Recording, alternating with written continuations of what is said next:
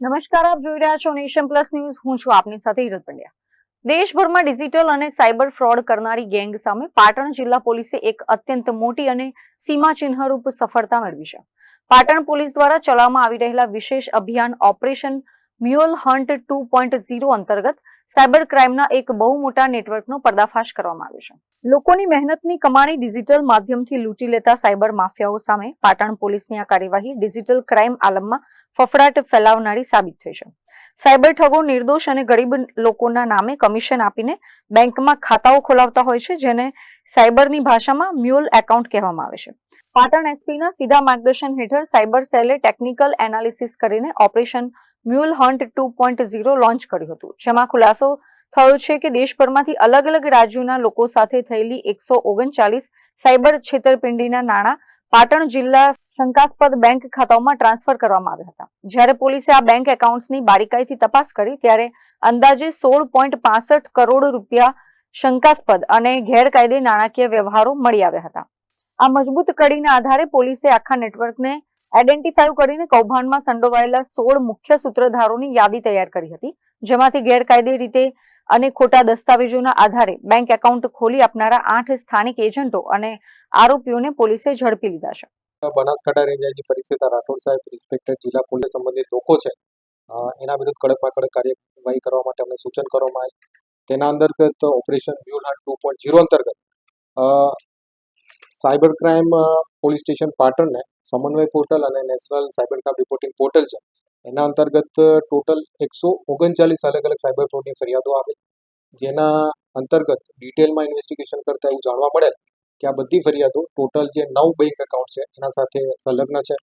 આ 9 bank account ધારકો અને આ સાયબર ક્રાઇમનો જે ફ્રોડ છે એને અંજામ આપનાર બીજા ઇસમોની તપાસ કરતા જાણવા મળેલ કે આ જે ઘટના છે, કોન્સ્પિરસી છે, એમાં કુલ 16 લોકો સંડોવાયેલા છે અને અમાઉન્ટની વાત કરીએ તો ટોટલ 16.65 કરોડ રૂપિયાનું ટ્રાન્ઝેક્શન આ મ્યુલ એકાઉન્ટની મદદથી થયેલું છે, જેના આધારે કુલ 16 ઇસમો વિરુદ્ધ ઓફેન્સ રજીસ્ટર કરવામાં આવેલો હતો અને એમાંથી જે આ મ્યુલ એકાઉન્ટ હોલ્ડર છે એવા 8 લોકોની ધરપકડ કરવામાં આવી છે અને બાકીના જે લોકો છે એને પકડવાના બાકી છે. આ પકડાયેલા આરોપીની વાત કરીએ તો આરોપી નંબર 1 છે યાકુબભાઈ ઉર્ફે મુન્નો, રહેવાસી પાટણ. આરોપી number 2 Bhargav son of Rajeshbhai Nathalal Patel, રહેવાસી પાટણ. Vishal son of Baldevbhai Kapurbhai Raval. આરોપી નંબર 4 મનોજકુમાર ઉર્ફે મનુ રાવળ. આરોપી number 5 Vijaysinh son of Ladjiji Thakor, રહેવાસી એલમપુર પાટણ. આરોપી નંબર 6 દિનેશભાઈ ઉર્ફે બરફી જયંતિભાઈ રાવળ, રહેવાસી હારીજ. આરોપી નંબર 7 કનૈયાલાલ ઉર્ફે લાલાભાઈ ભરવાડ, રહેવાસી માતરવાડી પાટણ. આરોપી નંબર 8 રાજુજી સન ઓફ જગુબી ઠાકોર, રહેવાસી સરસ્વતી પાટણ.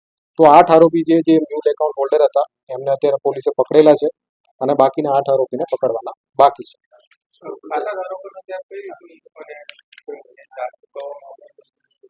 હા, હાલ પ્રાથમિક ઇન્ટ્રોગેશન દરમિયાન બધી ડિટેલ્સ લેવાની બાકી છે. ટ્રાન્ઝેક્શન જે થયેલું છે કયા ગુનાઓમાં ટ્રાન્ઝેક્શન થયેલું છે?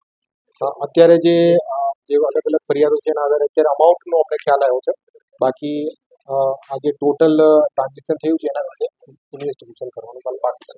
અત્રે ઉલ્લેખનીય છે કે મુખ્ય આરોપીઓ પકડાતા જ સાયબર ફ્રોડની રકમ અન્ય ખાતાઓમાં ડાયવર્ટ કરનાર અને ઓરિજિનલ પ્લેનર એવા બાકીના 8 મુખ્ય સાયબર ઠગો ભૂગર્ભમાં ઉતરી ગયા છે, જેમને પકડવા માટે પોલીસની જુદી જુદી ટીમો અલગ અલગ રાજ્યોમાં રવાના કરવામાં આવી છે. પકડાયેલા આરોપીઓને કોર્ટ સમક્ષ રજૂ કરી તેમના મેક્સિમમ દિવસના રિમાન્ડ મેળવવાની કાનૂની કાર્યવાહી શરૂ કરાઈ છે, જેથી આ આંતરરાજ્ય સાયબર રેકેટના મૂળ સુધી પહોંચી શકાય અને કરોડો રૂપિયા ક્યાં ટ્રાન્સફર થયા છે તેનો હિસાબ મેળવી શકાય.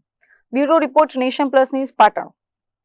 સમાચારોના સતત અપડેટ મેળવવા માટે અમારી નેશન પ્લસ ન્યૂઝની યુટ્યુબ ચેનલને સબસ્ક્રાઇબ કરો, બેલ આઇકન દબાવો અને જોડાયેલા રહો ફેસબુક, ઇન્સ્ટાગ્રામ અને ટ્વિટર પર.